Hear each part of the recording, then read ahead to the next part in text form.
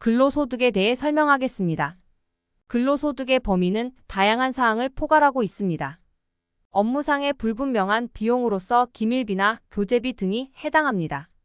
중소종업원을 제외한 경우 주택자금 대여나 사택 제공으로 인한 이익도 범위 내에 포함됩니다.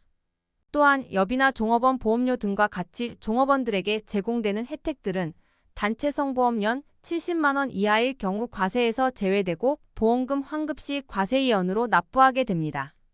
업무상 행위에 따른 배상 청구 보험료가 고의가 아닌 경우에는 과세 대상이 아닙니다.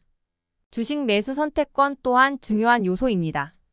해당 법인이나 특수관계법인으로부터 받은 주식 매수 선택권은 근무기간 중 행사되는 경우 시가와 행사 가약정가의 차액이 근로소득으로 과세되며 추후에 양도되는 경우에는 양도세가 부과되는 양도가액과 시가의 차액으로 세액이 결정됩니다. 퇴직 후 행사하는 경우 기타 소득으로 봅니다. 또한 잉여금처 분상여나 인정상여와 같은 지급 역시 근로소득으로 과세됩니다. 더불어 퇴직금도 퇴직금 한도를 초과하여 지급받거나 받기로 한 경우에는 근로소득이 발생합니다. 마지막으로 직무발명보상금은 500만 원 이하일 경우에는 비과세로 처리되지만 퇴직 후에는 지급하는 경우 기타 소득으로 과세됩니다. 판례에 따르면 주식 매수 선택권에서 근로와 일정한 상관관계가 있으면 근로소득으로 보며 샤이닝 보너스 성공 보수금은 근로소득 보는 등 지급 형태 불문하고 근로제공과 밀접한 관련이 있으면 근로소득으로 봅니다. 비과세 대상은 여러 가지 경우에서 나타납니다. 먼저 학자금의 경우 본인의 경우 비과세로 처리되며 초과하여 납부한 교육비는 교육세액 공제를 받을 수 있습니다. 가족의 경우 근로소득으로 과세되지만 교육세액 공제를 받을 수 있습니다. 실비 변상의 경우 일찍 숙직료나 벽지수당 같은 경우 20만 원 이내로 지급되는 경우 비과세 대상입니다. 또한 재해나 종교활동과 관련된 지급은 지급 기준에 따라 비과세로 처리되며 종교활동의 경우 사용 목적에 따라 달라질 수 있습니다. 국외 근로의 경우 월 100만 원 이내 원양, 선박, 국외건설 등 월 300만 원로 지급되는 경우 비과세입니다. 다만 국외 근무 공무원의 경우 국내 지급 기준을 초과하는 금액은 과세 대상이 됩니다.